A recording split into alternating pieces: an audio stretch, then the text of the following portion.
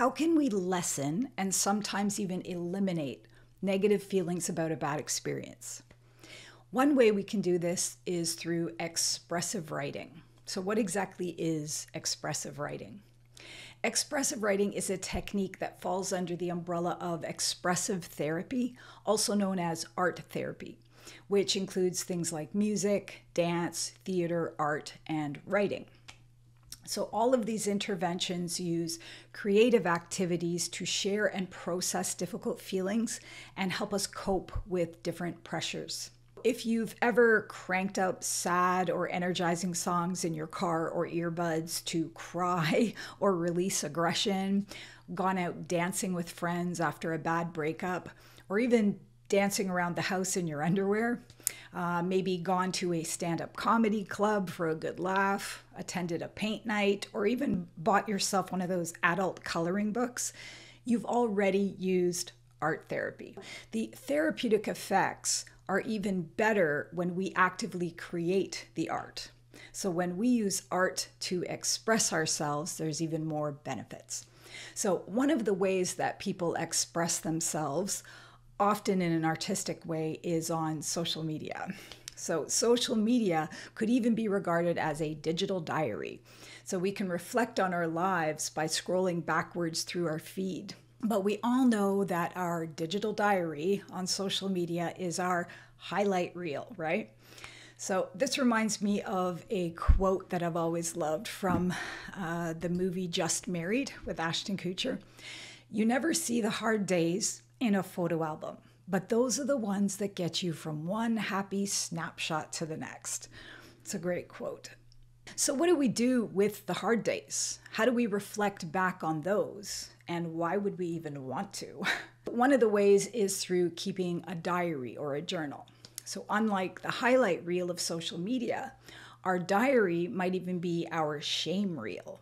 It might be the place where we express our true feelings, including our fears, disappointments, or embarrassing moments. If you do keep a diary or a journal, how does it make you feel? Like, is it therapeutic? How does keeping a diary differ from expressive writing for therapy? Don't both involve expressing yourself in writing? Expressive writing in a therapeutic context, involves choosing a painful or traumatic event on purpose and expressing in writing your thoughts and feelings about that event, doing it for 10 or 15-minute intervals over a period of several days in a row. And this is a practice that comes from the researcher James Pennebaker. If you Google his name, you could probably find several articles and books that talk about the therapeutic benefits of expressive writing. Expressive writing with intention, as opposed to maybe just writing a journal entry or a diary entry. The idea is that repeatedly writing your thoughts and feelings about that distressing event can help to reduce its power or the distress that it causes.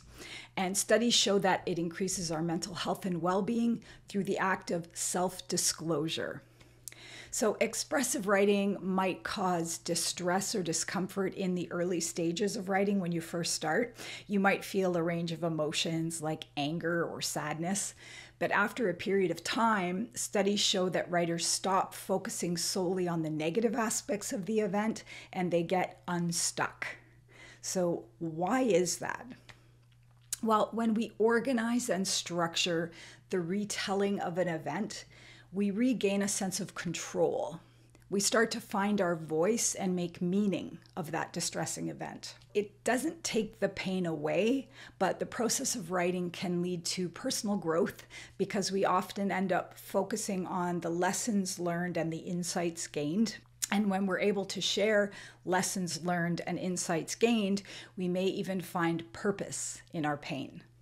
In my own experience, I decided to write a memoir documenting my experience of being attacked by a random stranger, resulting in traumatic brain injury, spending 2 months in the hospital in rehab, and navigating my way through the justice system and the trial of my attacker.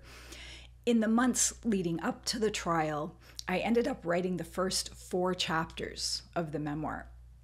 I woke up early every morning and spent a couple of hours writing as a way to prepare myself. It was cathartic and an enlightening process for several reasons. I researched different medical terms related to my injuries that were documented in the clinical records I had access to. I read through the newspaper articles about the search and rescue and arrest. I reflected on all of the ways I was shown support. And I read my husband's journal of events. He kept a diary with him for the 2 months that I was in the hospital and noted everything that happened during my hospital stay. It was only because of his diary that I was able to write the first couple of chapters, since I was in a coma for the first week and it took another couple of weeks to regain awareness of my surroundings. So I used his notes and my memories from the point of regaining consciousness to write those chapters. So writing about the search and rescue and the hospital experience helped me to get some closure and helped to prepare me for the trial, prepare me mentally and emotionally. Through writing, I was able to organize my thoughts and feelings, and I had a better understanding of events. During the trial, I spent time every day using expressive writing to vent my feelings and frustrations. And once I start writing the chapter about the trial, I'll transpose all those entries from my expressive writing sessions into narrative form to tell the story. Now, I'm sharing my own experience using expressive writing technique, but I'm not a registered therapist. So depending on the trauma or distressing event that you choose to write about, it's advisable to use it in a combination with talk or other kinds of therapy, or at least a personal support system. You never know what emotions may be released or triggered, and you don't want to be blindsided. If you want to engage in the expressive writing process, perhaps with the goal of converting your expressive writing into a memoir about your lived experience, maybe start simple with a low-stakes writing sample. So how about we experiment together? Think of something that has upset you recently and write down anything that comes to mind. It doesn't have to be traumatic. It could be something like you missed your bus and were late for an important appointment, or the server at your favorite coffee shop was rude to you and got your coffee wrong to boot.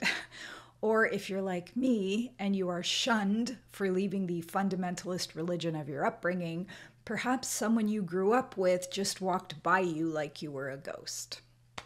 So jot down anything that has upset you recently, even just one thing to get us started. And once you've written it down, we'll come back to it later. So the advantage of expressive writing is that you're writing to yourself. You let yourself know what you're feeling and thinking. No one else needs to read what you've written unless you choose to share it. So now go back to the event that you wrote down and make some notes. How did you feel when it happened? Or how do you still feel about it? What do you wish went differently? What would you change? What do you wish the other person did differently?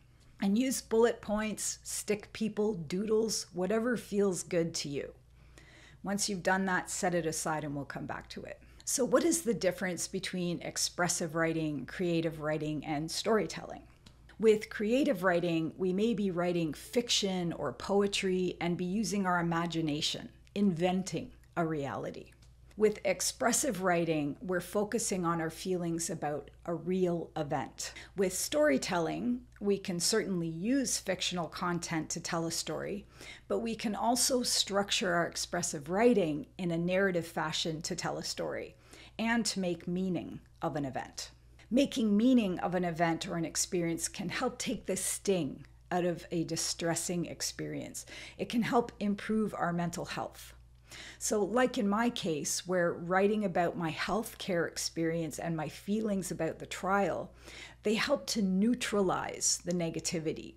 The more I wrote about it, it was like I was writing about someone else. So we can take our bullet points, doodles, swear words, and structure them into a story. I've taken a few storytelling courses, and one of the most useful tips I learned was to start the story writing process by first coming up with a dramatic question that the story will answer. What does that mean? You may already be familiar with a story arc, a basic story arc.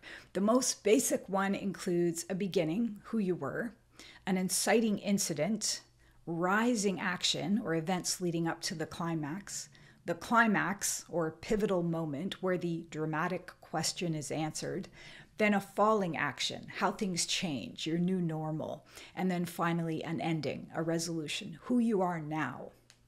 The answer to the dramatic question takes place at the climax point of the story. For example, let's say we've done expressive writing about encountering a rude server at your favorite coffee shop. Let's just say Starbucks. Our dramatic question might be, how will you respond to a rude server at Starbucks? The what happened then question. You may be thinking, that's not very dramatic. But the point is creating drama around one idea that you can develop your story around. Structure your story around answering that question. Now go back to the upsetting event that you wrote down earlier and form it into a dramatic question. And don't be intimidated by the word dramatic. It's just meant to tease out of your heads an interesting and intriguing way to structure your story. Once you've done that, put it aside. Okay, now that we have one thing to focus on in our story, we can fill in the rest of the structure, the rest of the arc. What I find that helps me is making an outline or a table with the elements of the story arc and then filling in the details in point form before I start writing in complete sentences. So here's an outline of one story I wrote that related to a comical incident I had at the hospital. And so if you see on the left-hand side, I've got what's the dramatic question, then the introduction. So who was I? Who were you? And I put all the things about who I was, what the inciting incident was, and the details relating to that. What the climax was, I answered the dramatic question, and you'll see like there's a lot of just points in outline form. It's not structured in sentence form. Then after I answer the dramatic question, what's the falling action? What's the new normal? And then finally, who are you now? So creating this outline really helped me to chunk, I guess you could say, chunk the story and not be overwhelmed by everything I wanted to say. I could focus in on one aspect at a time as I went along. And that was ended up being a really funny story with a lot of irony, and one that I share a lot when I do keynote speaking, just to kind of find humor in some of the distressing things we experience as women when we're not at our aesthetic best, I guess you could say. So as you're completing your outline like this, you can take a break and engage in expressive writing when you come across a point that's troubling. You can expand on it and kind of like get all the thoughts from your head out in writing, and then just come back to it later for narrative form. You want to listen to what your heart or mind is telling you and focus your attention on that one point. Write about it, how it made you feel. And it might even be that what you felt was a happy thought or something that made you laugh. Whatever feeling or thought comes to mind, take a break and write about it. So get it out of your head and onto paper. The great thing about this process is that it's meant for you. No one is waiting for your story to be written. It's not a school assignment. It's simply a means for you to use your mental and emotional energy to express yourself. So when I create an outline or a table, I don't always fill things in order. But for simplicity, let's go back to the beginning. So we have our dramatic question. So that part is complete. Now let's write a line or two about who we were in the beginning before the event took place. What was your daily routine, the important people in your life, your hobbies, etc. If we use the same example of the rude server at Starbucks, we might write, I'm normally a happy person, but I was in a bad mood and having a bad day. I enjoy getting a cup of coffee or tea at Starbucks. It makes me happy. I wanted to get out of the house and go somewhere familiar. The servers at Starbucks are always nice to me. So here you're kind of setting up who you were, all the details leading to the event. What questions might come to your mind as you go through these points? Why were you having a bad day? Will the servers be nice to you? So for the next part of the story, the rising action, you might answer some of those questions. From your expressive writing, you might have entries about why you were having a bad day. Then you might share a historically good experience from a visit at Starbucks for contrast. Something that creates curiosity in the reader, if you choose to let other people read it, right? So try writing a couple of lines under the rising action heading. You can write some points related to your dramatic question. For example, why were you having a bad day? Why were you in a bad mood? You might write something like, I often feel disrespected and misunderstood by people who don't know what I've been through. People judge me and are unkind and impatient. So using expressive writing, it can be very helpful and cathartic to express yourself, providing details about what led to the climax, the answer to the dramatic question. Now you want to tell the story of what happened, the pivotal moment that answers the dramatic question. So in our example, how will I respond to a rude server at Starbucks? We will want to fill in the details of the event. Did we snap back, yell, swear, ask to speak to the manager, or walk out? Here again, organizing, structuring, and labeling the details can help take the power out of the negativity of it all. It's like we're looking at the experience instead as an observer. It's a mindfulness technique because we're trying to explain it in narrative form as opposed to simply writing swear words or heated points. In this case, our empathy and compassion might surface, and we might even start to make excuses for the server's rude behavior. Maybe they were also having a bad day, or maybe they missed their family back home, or maybe they just got yelled at by their boss. This process of organizing the story from our expressive writing entries helps us to make meaning of experiences and can neutralize the negativity. So if you've written down a dramatic question, take a moment to write the answer to the dramatic question and a couple of supporting points. You can just do it in point form for now and then go back and polish it up later. So we've talked about who we were, what led to the climax, the dramatic question.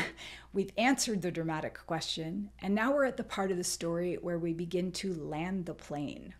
This can be the shorter, less detailed part. Here again, you can refer back to your expressive writing entries, and those entries may relate to how you'll choose to handle rude servers in the future, how you've reevaluated servers' behaviors based on your empathy, or how you want to help make a change in some way.